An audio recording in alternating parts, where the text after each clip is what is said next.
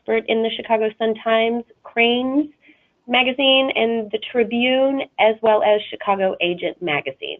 So without further ado, I'm going to turn it over to Judy. Well, thank you, Olivia. This is super exciting. I'm so excited to be with all of you today and talk about things I love and help people. So let's talk about luxury. And we're going to kind of go from marketing and branding and listing presentations and how you can follow the steps to become your local luxury agent.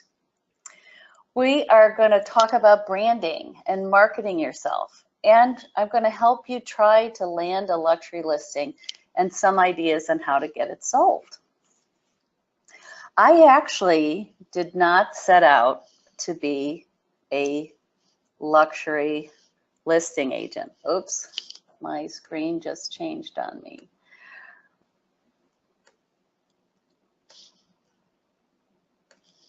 There we go. Oh, going on. Anyway, sorry about that. I get back on track here. I kind of got into this on a, it happened to me, it can happen to you. So let's talk about the steps to get you on the map with luxury listings and buyers. We're going to define what luxury is. We're going to talk about the importance of branding. And we're also going to talk about how to market to the high net worth individuals in your area. How do you become a local expert and celebrity? And once you get the listing appointment, what do we do? I will walk you through some tips and techniques to land it and how to sell it.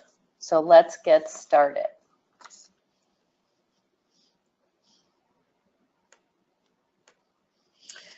What exactly is luxury real estate? You might be saying, I don't have any luxury real estate in my market. You know, my average listing price is $299, but that could be actually considered luxury in your market. So it's relatively known as a fact that most people will define luxury as the top 20% of the listing price in your market. So yes, a $299 listing could be luxury. Now in my market, I would say anything over $1.5 million would be luxury. Or another way to look at it is the top 10% of the sales price for your area.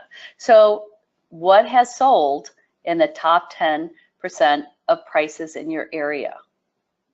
But I believe luxury is defined by the area. You could be in a vacation rental market where everybody's got a second home. That could be luxury. You could have people that own equestrian farms, and even though the house isn't quote unquote fancy and fabulous, it could be considered a luxury item.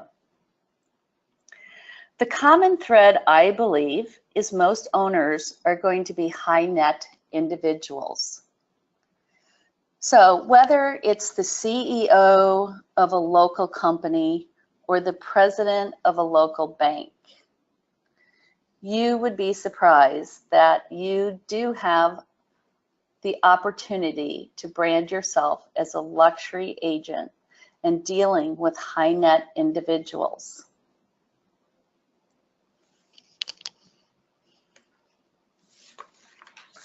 So of course, with everything, there's advantages and disadvantages. So, you know, I always say sometimes be careful what you wish for because, you know, you might end up with a lot of luxury listings and no sales. But let's talk about the advantages first. I think it's quite obvious what the first advantage is yes, you get a bigger commission check. Ooh, I love that. You get to show beautiful properties most of the time. And you might even get a little depressed when you go back to your own home. When you loved it in the morning, but after you've shown a $5 million estate, it's quite natural to get a little depressed. But of course, we're not competing with our clients, and we don't want to get ourselves in a situation like that. I think one of the other advantages is the deals tend to be a little bit easier. Financing is easier. It can even be a cash deal. Now, most of the time on my listings, I'm going to ask for proof of funds or a pre-approval before they can even get into the house. We have to protect ourselves. We have to protect our clients. When you have really high exposure on some of these beautiful homes, you have to be smart about it. You're also going to be dealing with more experienced buyers and sellers. They're not going to be asking for the average electric bill when they're buying the house. They've purchased many homes or investment properties. It's a little bit more cut and dry. It's a little less emotional, but it's still a negotiation. And believe me, both of the sellers and buyers of luxury properties know how to negotiate. Another positive point is you can carry less listings. You have less people to deal with, less phone calls to take from clients. The thing is luxury buyers can be super interesting and sometimes even celebrities. Now, I have to say that's a really fun day at the office. Of course, you never reveal who you're working with. And the luxury clients tend to be very private. So recently, I met some super celebrities, a sweet couple, but they were adamant that the owners of the home weren't there. Now, this is a $4 million listing. So sometimes the seller feels very important as well and feels that maybe they could even sell the house better. Well, we know that's a recipe for disaster. So we had a great showing. I did meet them and they were super nice and down to earth. And I did do a little jig afterwards because that was a great day. And they turned out to be super nice people. So I thought it was a lot of fun. Now, I would be remiss if I didn't point out some of the disadvantages. Like less than 5% of the US population has a net worth of $1 million or more. That's not a huge pool of clients to choose from. So we have a much smaller pool. But that also means that your marketing one-on-one to the clients in your area is a lot less. So you could spend a little bit more money on your marketing. Also, something that's quite true is it can take a long time to sell one of these gorgeous homes over $1 million. So we always kind of joke that it's best to be the oldest child, the second wife, and the third listing agent. And believe me, most of the time, being the third or second agent is the best situation. You get a more realistic seller. They're ready to sell now. I often point out on listing appointments, I don't need another listing. I need and want to sell your house. Sometimes do we take overpriced luxury listings? Yes, because it can garner you other listings. And the way you market it, you get a little, sometimes a team believing in you more, that you really truly are the person to go to with a fabulous luxury listing. Another disadvantage is it is a lot more expensive to market. Today's market, you've got to be using drones. I use helicopters. You've got to print books. You have to get floor plans. I know a lot of people have started using Matterport. That personally is not my favorite for luxury. I really want the clients to get off their sofa and come in and take a look at it. But now something I do and have done is have my clients pay upfront marketing fees, and then I will reimburse them at closing. So no closing, no reimbursement. It works well when you're talking about taking out an ad in the Wall Street Journal. So I highly suggest that. Now, one last disadvantage is if it falls apart, it hurts and it's hard to recover because you really kind of have your apples in one basket. So I always say I sell cute and adorable too, and that helps me keep my cash flow going and pay my bills. Clients can also be a little bit more harder to handle, but basically in all market segments, we can meet the tough ones. So let's not that dissuade us from going after our goal of being a luxury agent. So what are the next steps? I believe in branding. It's so important. I really want this to be where you start. I am my own brand. They are hiring me, but my brokerage is a bonus. You really need to develop a logo and use it. And use it on any kind of print. Always make sure what you're doing is quality. The quality of the paper you use, the quality of your business card. And it's okay, we want you to be authentic, but do it in a, I don't want to necessarily say classy, but that's a good word. Do it in a way that resonates, but you must be authentic always. You need to create a domain name. So I guess I have a very common name, Judy Gibbons, and there's a lot of Judy Gibbons in the UK, which is funny because my husband's from Scotland. But I couldn't get, judygibbons.com. So I created Judy Gibbons Properties. You can see in this photo that this is the branding I use. I've had it developed where it's opaque, so it can be an overlay. I have it as a big block alongside my Jameson Sotheby's logo. So make sure that, obviously you're checking with your company what's allowed and what's not allowed. Also, I'm going to beg you to get rid of anything that says AOL or Gmail.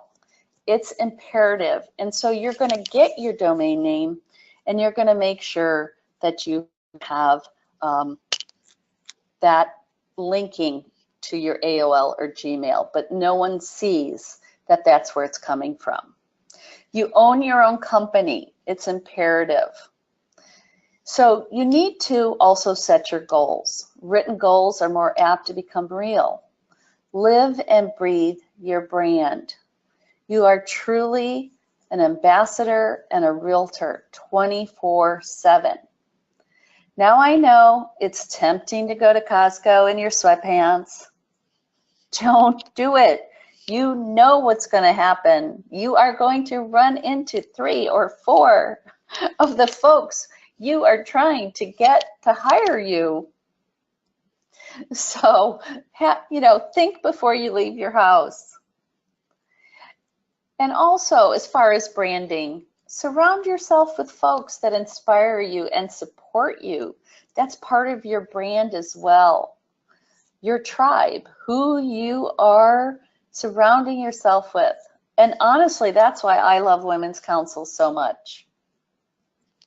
Always remember, you are your own brand.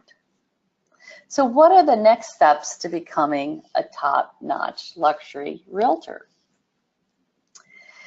The other big puzzle piece is your marketing.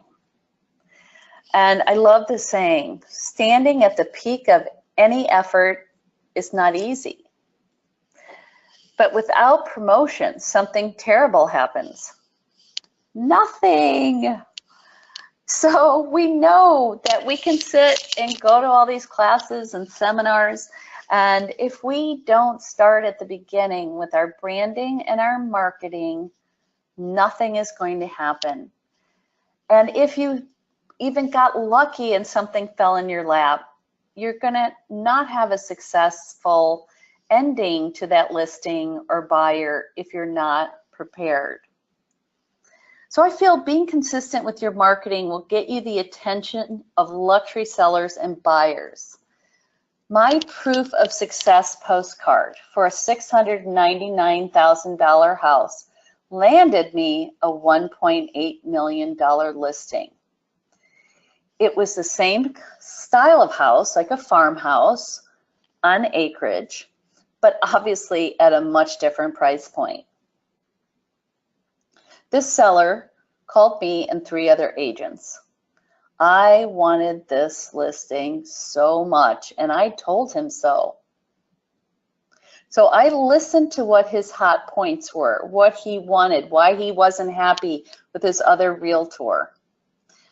And my attention to detail impressed him. And perception is everything when it comes to marketing a home. So when you're trying to showcase a luxury home, you really need to invest in the best quality marketing materials available to make the right impression. You want to do the same thing for yourself. And so this is where I say no to sweatpants at Costco. And I also say no to postcards with recipes on it. It just won't cut it. I'm sorry.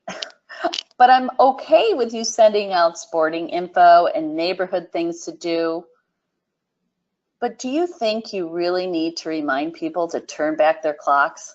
Is that what being a trusted advisor is? Nope, I don't think so. Giving them market info is fabulous. So first, we are promoting you. Then we translate that into promoting your inventory. You must put together a mailing plan, and you must be patient. It took me over 6 months to get someone to bite from my postcard, and that was that $1.8 million listing. As a luxury realtor, you need to be an advisor. Luxury buyers and sellers have advisors. They don't have salespeople. Usually, they have a very small circle of folks that they trust, like their financial planner, their attorney, their doctor, even their car dealer, because obviously they're buying more fun cars. But they're dealing with them not as a sleazy car dealer, they're dealing with them as an advisor. You want to be part of that team. Help them with their real estate portfolio, and that's a great way to phrase it. Because the way the market is, it's global. You want to be able to help them. If they're moving out of this area, you should know what's going on in that area. I love this story of a top agent in New York City who's with Sotheby's, and she's my idol. A financial advisor, TV personality, reached out to her. Now, I won't tell you her name, but she's got short blonde hair, and you see her all over TV. She called Nikki from Sotheby's and asked her, should I put my penthouse on the market? And Nikki did some work. She had sold several units in this building. She actually called her back and said, no, hold on to this for at least 2 years, and you will profit from this, I promise you. So guess what? This client is going to be a client for life. What Nikki did was she consulted, she diagnosed, and she prescribe solutions with confidence. Confidence through competence. High-end sellers and buyers detest ordinary, run-of-the-mill anything. They need customized, one-of-kind experiences and unique selling propositions.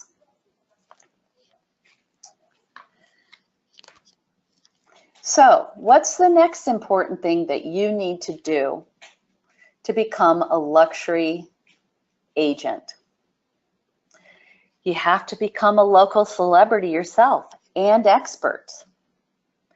So, what I've come to find out is homeowners in the luxury market are very active. They're involved in the community, they're traveling, they're information hungry, and they are vocal in their opinions. To get their attention and create buzz, you need interesting, concise information, not sales pitches. You can jumpstart their imagination with high quality images and photos and by focusing on benefits. This goes back to interesting marketing.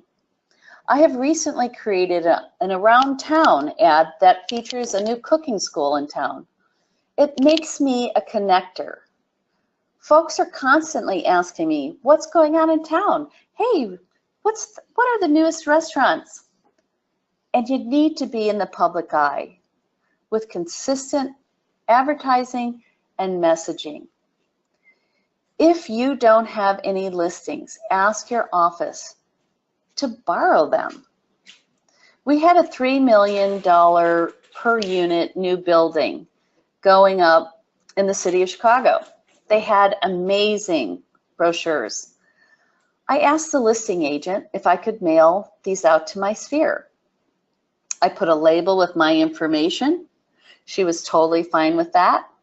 Long story short, I really believe this marketing and mailing helped me land a $3 million sale in the city.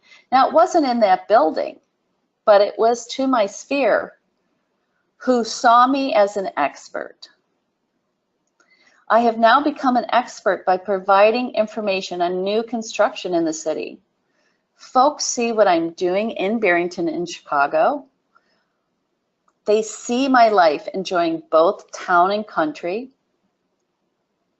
and they want to know what I know.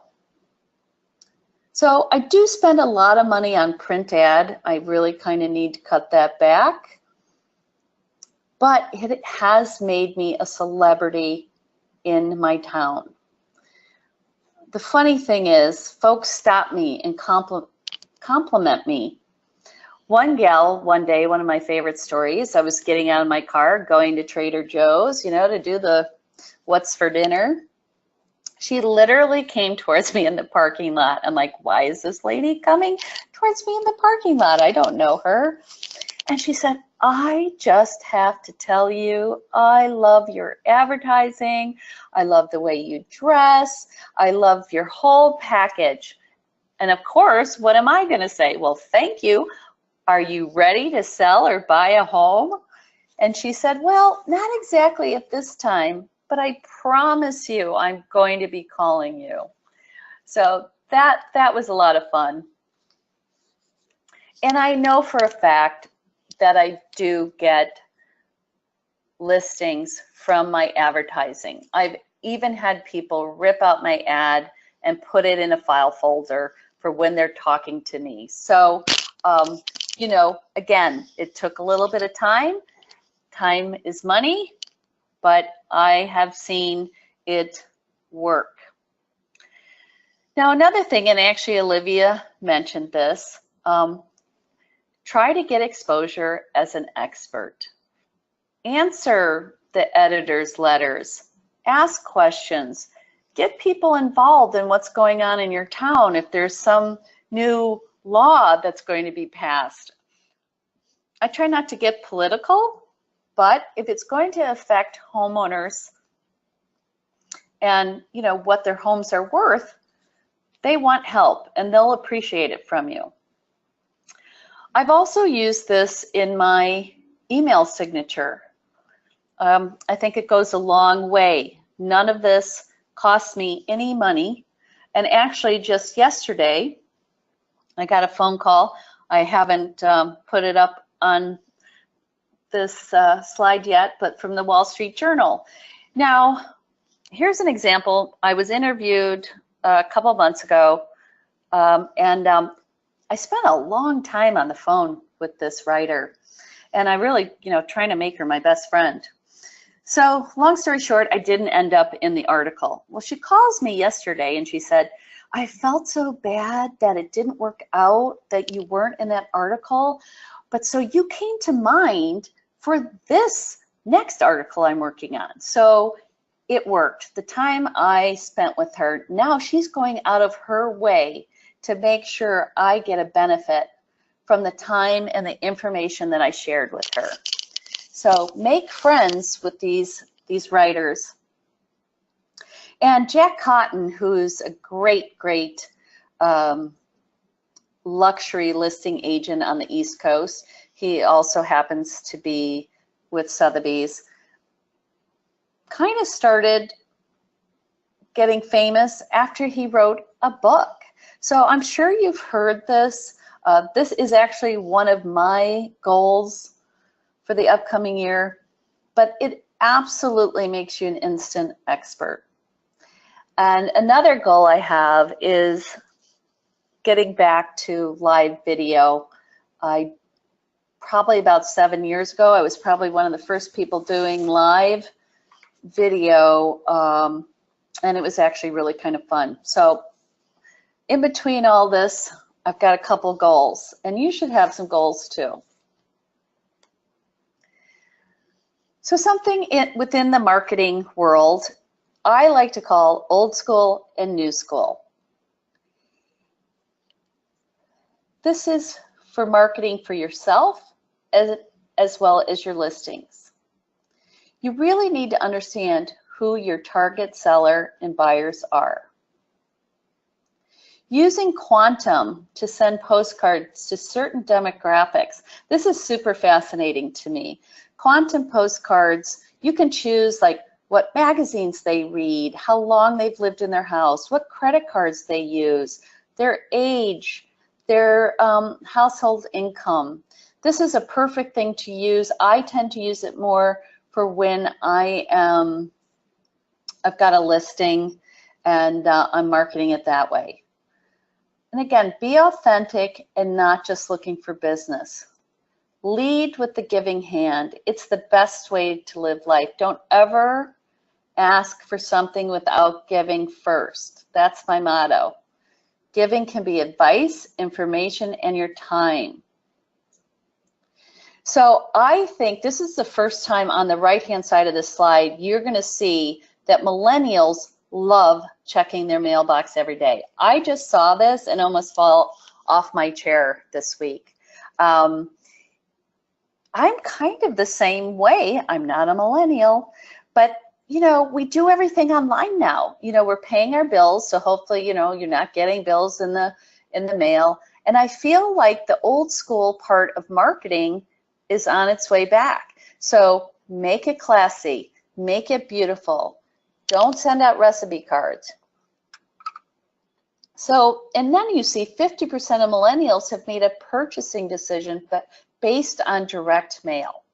So if you're consistent and you've set up your goals and you're sending out postcards every 4 weeks, I think you've got a great chance of hitting that luxury millennial. Now, the surprising thing is, in Chicago, a millennial, their first-time home buyers are spending about $550,000 to $600,000 for a condo. So in your area, it might be different, but if they're buying, they have the money. So obviously, new school marketing, you have to have a social media business page. I believe you have to have Instagram, and LinkedIn is a great place for providing your expert information to high net worth individuals. Now, I told you quantum postcards is where I go for my listings. I also, print advertising in Wall Street Journal. That would be something I want my sellers to pay for. But I'm also online. My company provides my listings to the Wall Street Journal. Super easy for social media purchase ads. You can start out just talking about yourself and positioning yourself as a luxury agent. Again, if you need to borrow a listing in your office, most listing agents are going to be thrilled that you're going to help them find a buyer. Email programs, I use BombBomb. My company also has Resora. What's great about BombBomb is you can send videos. And also volunteering, and that's a bit old school. But again, being authentic, this is what I'm talking about. Don't go there pushing your business, but go there with a giving hand. Be somebody that these people trust, that the luxury seller or buyer trusts. They see you out and about.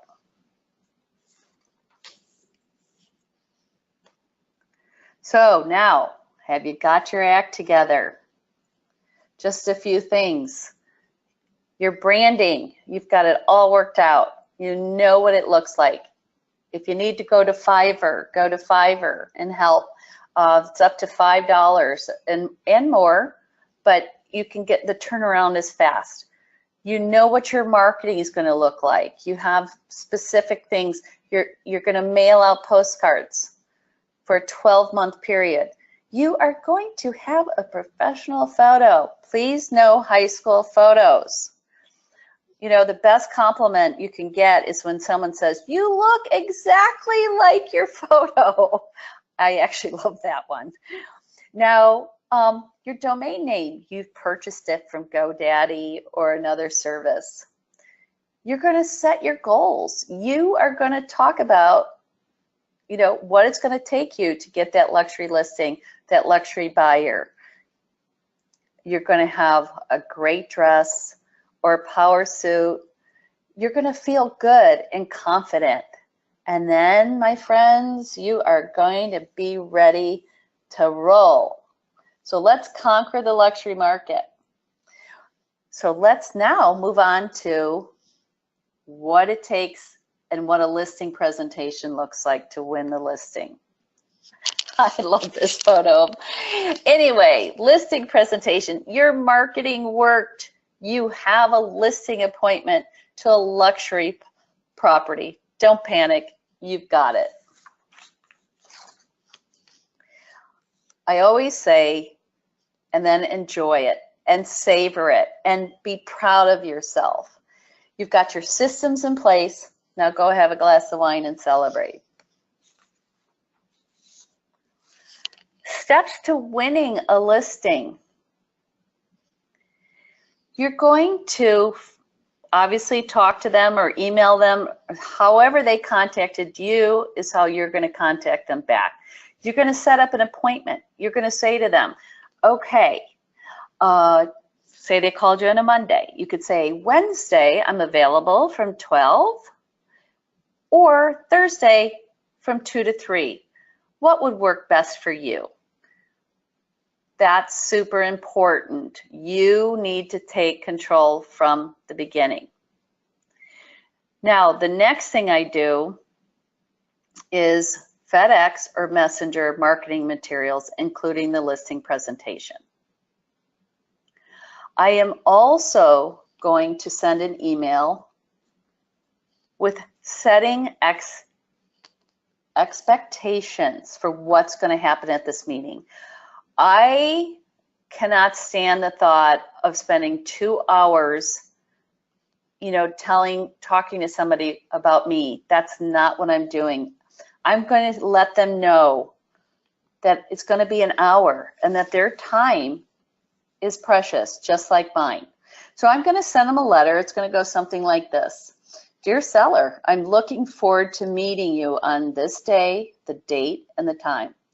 Please plan on our appointment taking 1 hour.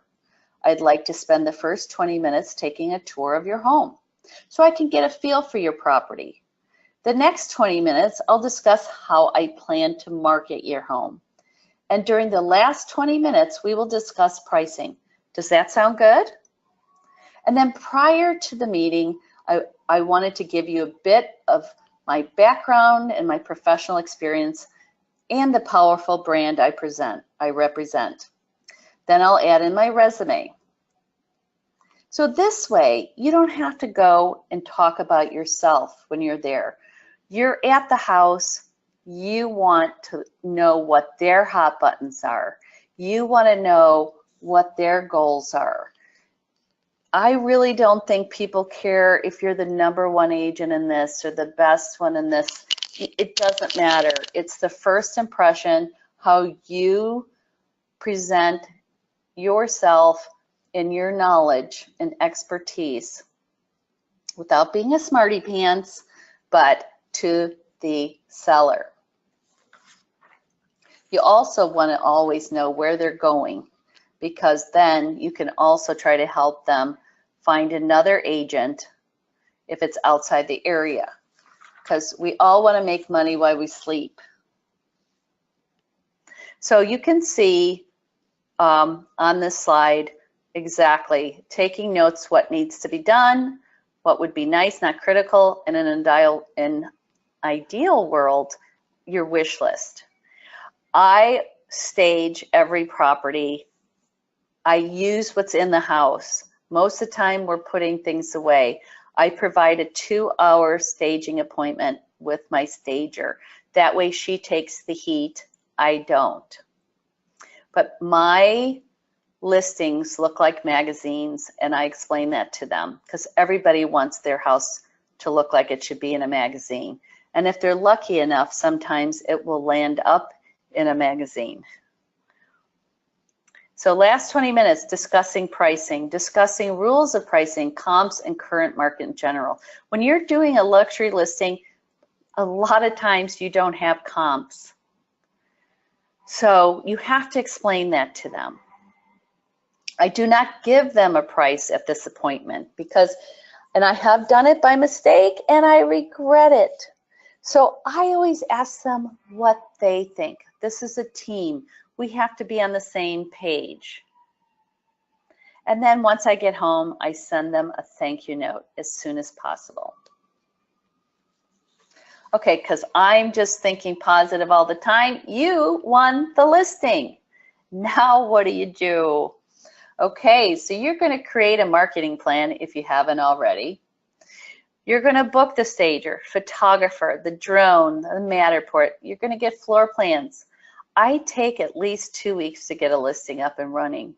I am super picky about that because, again, that's how I get the home sold, and that's how I get other listings. For every property that I list, I want at least another 2 or 3 deals from that. I'm going to go ahead and start looking at the calendar and planning events and open houses with direct mailing pieces. I'm also going to call my contacts at the newspapers. I'm going to give them the chance at the first chance at the scoop. Now, I've got a guy at Cranes. He picks up my call. I got to tell you, it's still a thrill. You also want to team up with a mortgage lender or insurance agent or somebody who's going to help you with some of these expenses as well. And again, I'm all about celebrating. First things first, celebrate, pat yourself on the back. It's time to enjoy that your plan is working. Okay, now it's time to get back to work. I love that picture, don't you? That's one of my favorite pictures of a house I sold. Now, I always say the more expensive the listing, the better the story. Or in this case, the better the song. So coming up with how I market properties, you have to build a mystique around the property. You have to find out what the owner's favorite memory is. Maybe they had a great party. There were 100 people that gathered in the gardens, or maybe they built the home. Get to the story, because all your marketing should resonate with that. Most of the time, the reason that the seller bought the home will be the same exact reason the new buyer buys it. Really think about who your buyer is and how to reach them. I find that luxury buyers want to buy the story so that they can tell their friends. And luxury sellers want to see your marketing plan and your ideas. So when you use their stories in your marketing plan, you're like their hero. You're super stars and all that. So when I'm talking about a song, this was so funny. So in this house that you see the photo, we actually have the chain of title on this home back to 1889. One of the events, I brought in a historian from the area and hosted a wine and cheese event. Also, the seller is a songwriter, an amateur songwriter, but a songwriter anyway. And I said, well, you have to write a song about your house. And guess what? He did. I got him featured on WGN radio, and I created a website with the song and the link. We've got a ton of press. Now, it's actually even kind of funny. He didn't mention the swing that's attached to that big tree with the benches around it. So I did make him rewrite an entire stanza to add the swing, but I thought that was really part of it. So not only did my seller love that I included and encouraged him to write a song about his house, it was another way that I could prove that I was the right agent for him.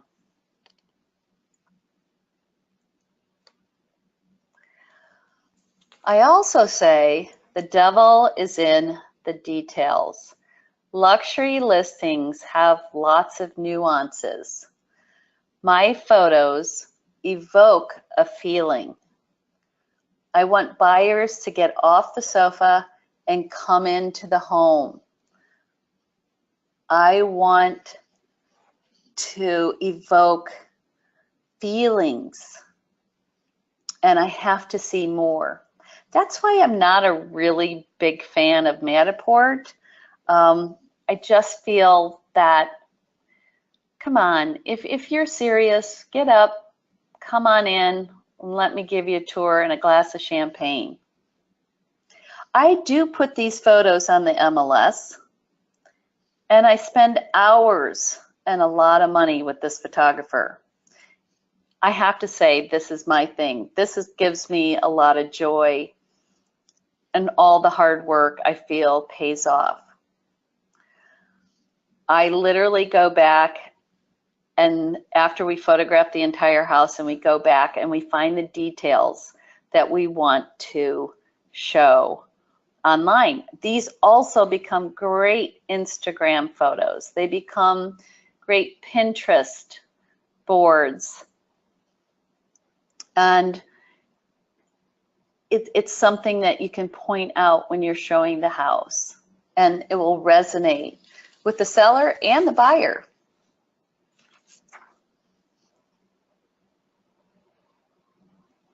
And I have to tell you that the center picture, that's sterling silver. It's like jewelry on the cabinet. It's amazing. I love it. So one of the things you're going to have to do is really learn all the details about the house. Uh-oh, what's going on here? I have to learn presentation, PowerPoint a little bit better. But so what you need to do is learn it like it's your own. And I use Dropbox to keep all my files. And so when I get to the showing, I've reviewed it, I've kept it open in case I need to refer back to them.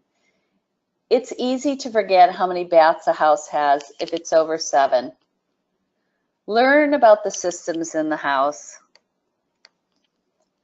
and how the elevator works. Learn all the bells and whistles. You are the expert, right? So these are some fun marketing pieces my company puts together, but how easy for you to do that? The write-up on your home that you're listing needs to be exceptional. If you can't do it, you need to hire a copywriter. Or look in magazines for buzzwords. It's just not the facts, ma'am. You've got to get it, almost flowery, almost like a novel. Give them feeling, evoke emotion, paint a picture. This, I believe, is super important. It's just not writing the MLS, oh, it's a 5-bedroom, 7.5 bath on 5 acres, blah, blah, blah. No, it's the moment you enter the 2-story foyer, you are instantly welcomed. So things like that, talk about the advantages and the feelings of living in this house.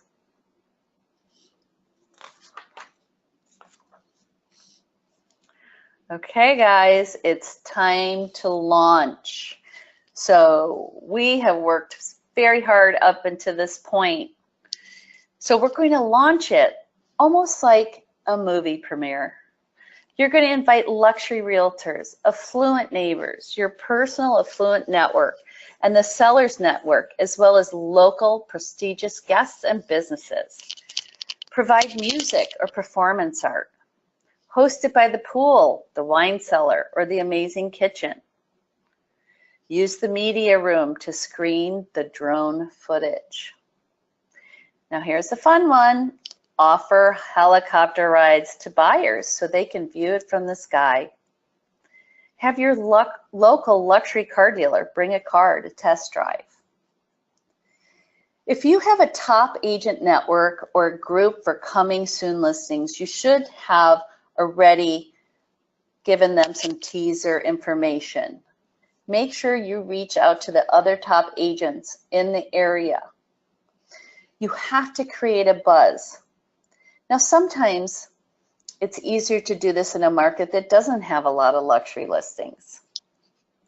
But just the same, do it with first class, with great marketing material, with stunning photographs, and great information.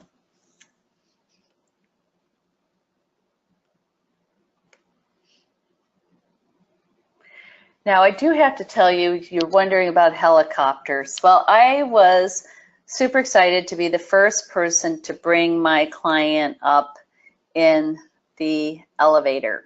Oh my God, I'm losing it here. The helicopter. So anyway, I told my husband that day, I said, okay, honey, if anything happens to me, you can tell him she died doing what she loved. It's not that expensive to bring a client up in a helicopter. In Chicago, it's about $375 for about a 40-minute trip. This can seal the deal, believe me, and set you apart.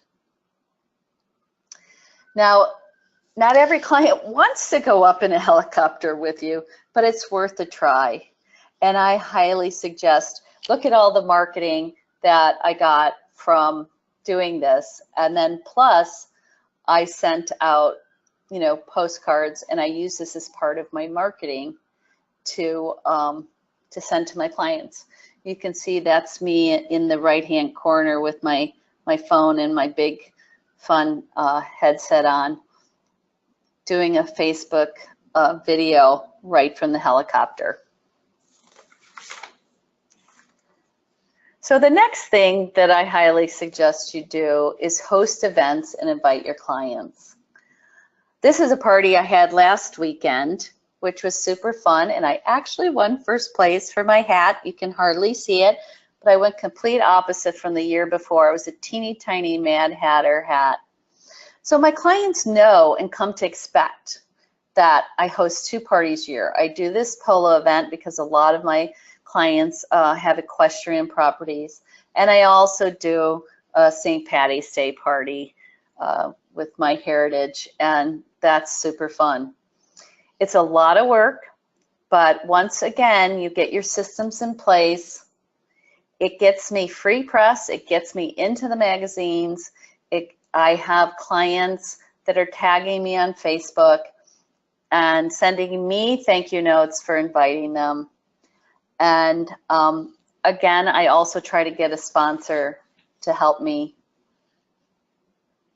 with my parties. The other thing you need to do is keep your clients informed of your marketing work. Make sure they know what you're up to. Don't actively wait for the phone to ring. Keep the excitement level high. So just even if you're going to use slide dial and call them, they're super busy, but call them and let them know what you're doing. So here we go, because I'm thinking all positive today. We sold the listing, and now you really get to celebrate. You did it. Now you've just got to rinse and repeat. Send out the proof of success postcards and use 20% of your commission to go back into your marketing fund. I'm wishing you the best of luck in becoming a luxury listing agent or selling agent. If you have any questions right now, I'm more than happy to take them. And here's some information you can see. You can email me at judy@judygibbonsproperties.com. Please follow me on facebook.com/judygibbonsproperties. And follow me on Instagram. You can give me a call, and I hope to see you in November. Do we have any questions? Hi, Judy. Yes. Hi. I have a question here. Can you share a time that you've actually failed at one of your listings? Oh, yeah, I've got a few of those. Yeah, one in particular recently kind of stung pretty badly. So you would think that in luxury listings you don't have short sales, but it does happen every once in a while. So I had a $2.9 million short sale. I procured the buyer as well. And unfortunately, we just weren't getting anywhere with the bank. And what happens with high net individuals is it can be very complicated because they own their own businesses, and we really were having a tough time. So literally the buyer waited for a year to get the bank approval, and it didn't go through. And not only did I lose the buyer, but then the seller got super frustrated. So I lost, oh yeah, close to $5 million in business. So, but what do? You dust yourself off and you say next. And what are the lessons I learned? Good question.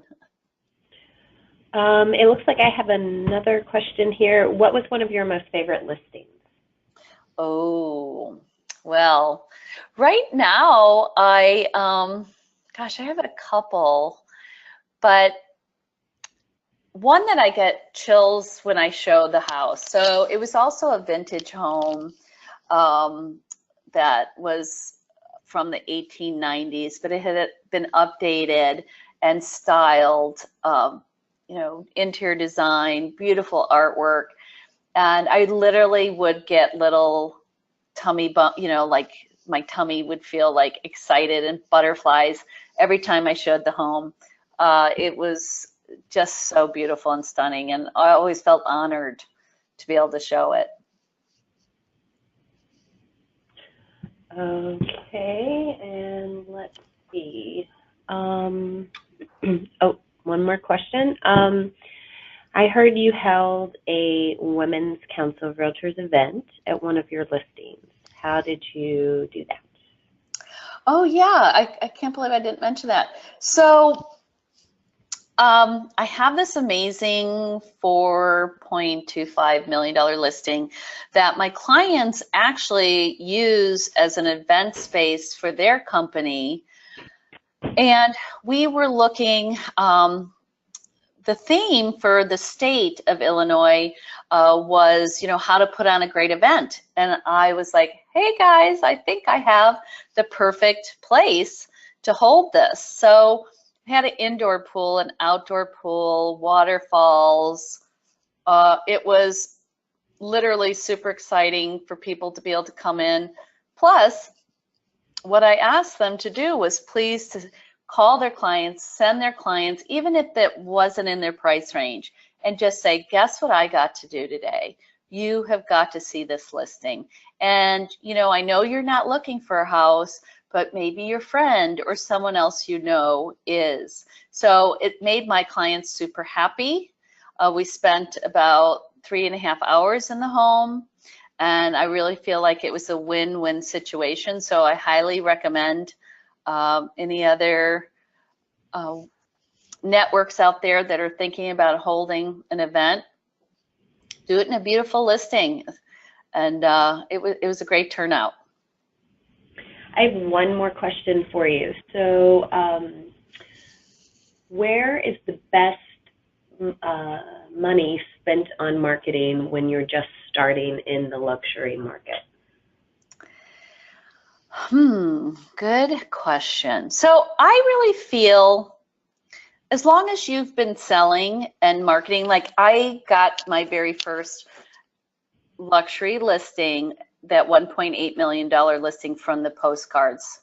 So you want to be sending out postcards, I feel, to your sphere of influence, and when you do have something that sells, so proof of success, which I normally do.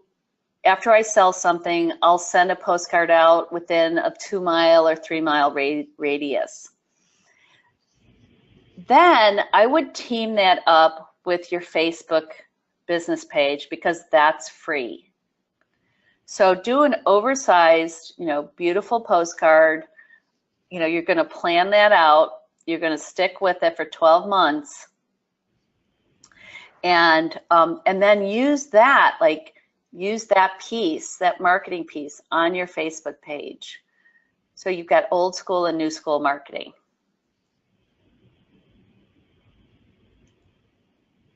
Okay, awesome. Well, if there are no more questions, that looks like we are at the end of our event.